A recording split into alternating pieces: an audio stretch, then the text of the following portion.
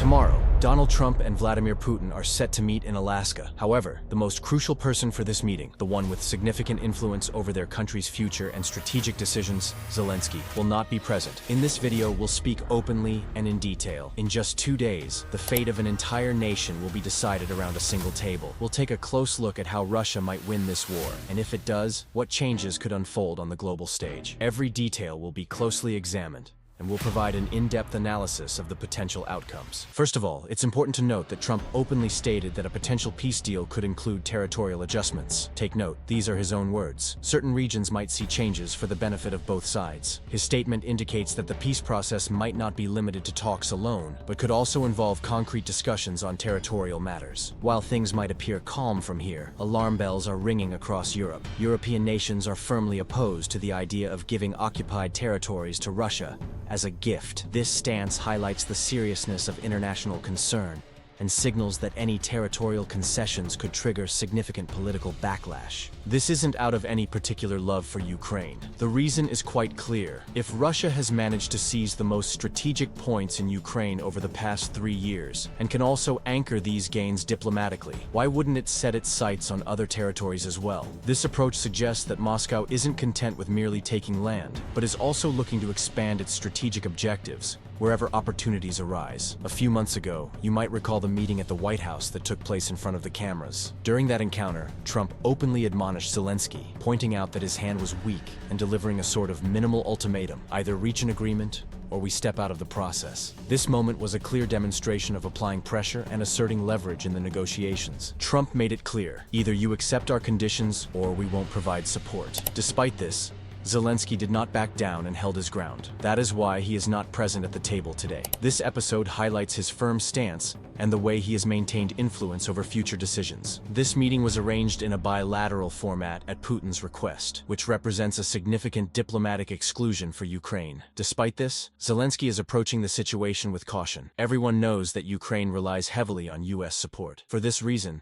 he has expressed his readiness to come to the peace table as soon as possible. However, his red line is clear. A fair and lasting peace cannot be based on legitimizing territories acquired through force. An unfair peace would essentially serve as an invitation for the next war. Considering the balance of power, Zelensky's leverage is limited. To continue the fight, he relies on Western support, yet Washington is pushing for a different scenario. Because of this dilemma, Kyiv is leaning more heavily on Europe, seeking to strengthen its backing and maintain its position. Between 2021 and 2024, defense spending across European Union countries reached historic highs. During this period, Europe experienced the fastest military buildup in the last 30 years. Poland, in particular, stood out by allocating an extraordinary 4.2% of its gross domestic product to defense, placing it among the top nations on the continent. This figure reflects the serious effort these countries are making to strengthen their security and strategic positions. These figures indicate that Europe is essentially acting as if it is already at war. In other words,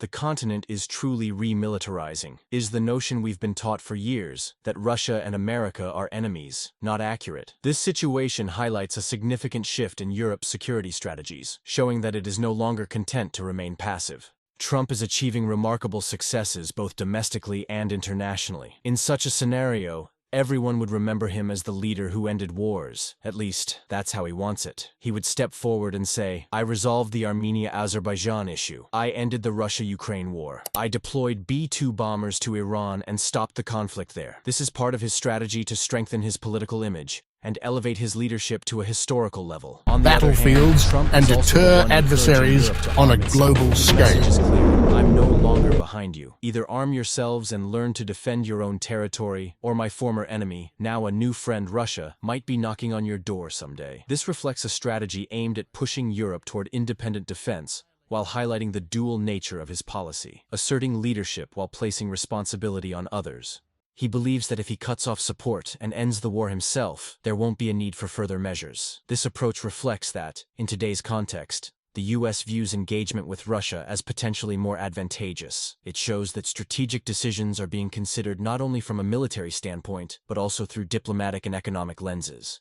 The steps Trump has taken are unprecedented and not typical of American political tradition. Normally, The US doesn't pursue such overt and unconventional approaches, yet it seems these norms matter little to him. To understand what might happen if territories are ceded, we need to look at history. History shows that this is not a new phenomenon. When an aggressor is rewarded with territorial gains, they usually come back for more. This principle is essential for grasping the potential risks that any territorial concession could trigger in the future. If Russia gains new territories today, it is almost certain that it will seek more in the future. The metaphor of feeding the monster is far from empty. No one can guarantee that attacks won't resume after a short-lived peace. Ukraine has already experienced such a frozen conflict before. Agreements reached after 2014 were repeatedly violated, serving as a stark warning from history. Russia has always been at the center of global attention through wars. Ceasefires like these are merely brief pauses. The current situation, however, will provide Putin with 7 significant advantages. The first advantage lies in the Crimea corridor on the map. If Russia can connect Crimea to the mainland by land and secure its supply lines, it will no longer be solely dependent on the Kerch Bridge. The second advantage lies in controlling the Sea of Azov. Through the Mariupol and Berdyansk ports, Russia can effectively turn the Sea of Azov into an inland sea, making both trade and military passage dependent on its permission. The third advantage concerns key water and energy nodes. By controlling the North Crimean Canal and the Zaporizhzhia nuclear power plant, Russia can turn water and electricity into a bargaining tool. The fourth strategic advantage lies in the Donbas industrial sector, rich in Ukraine's coal, steel, and other mineral resources. The primary goal of controlling this area is to weaken Ukraine's economic heart, thereby significantly impacting the country's economic foundations. The fifth strategic advantage lies in shale gas fields. By controlling the shale gas resources around Sloviansk and Kramatorsk, Russia can prevent Ukraine from producing its own gas, keeping the country dependent on Russian energy. If Ukraine concedes this territory, it will be unable to produce its own gas, and will once again rely on Russian supplies. The sixth strategic advantage involves pulling the Rostov-Taganrog line out of the range of Ukrainian artillery and drones. This is highly significant for strengthening Russia's defensive positions. At the same time, since Russians consider this territory historic land, the move creates the effect of restoring their historical lands, adding symbolic and political value for domestic audiences. These events are significant enough to allow Putin to leave a distinct mark in history. It's important to recognize that the outcome of the meeting in Alaska will have far-reaching effects, not just for the participants, but for all of Russia. This moment has the potential to influence both domestic politics and strategic positioning in a major way. In this strategic game, a single small move can change the course of the entire play. Interestingly, neither Zelensky nor Ukraine is actually present in the current game. Yet, all decisions will be made based on their future situation. This serves as a clear illustration of how decisions made outside a nation's control can dramatically impact the fate of others in international politics. The reality is that, despite Zelensky's firm stance against giving up territory, events have unfolded in quite the opposite way. The actual situation has placed him in an inescapable position, and his determined position is insufficient against practical realities. After the meetings in Alaska, we will see together what outcomes emerge. We will evaluate and discuss all these developments here. Yesterday, we shared a video about Trump's corridor. If you haven't watched it yet, I highly recommend you do. Take care of yourselves, and goodbye. A quick reminder. This channel analyzes political situations and offers different perspectives. The comments you leave here really help me understand your political views better. So please, make sure to share your thoughts on this topic.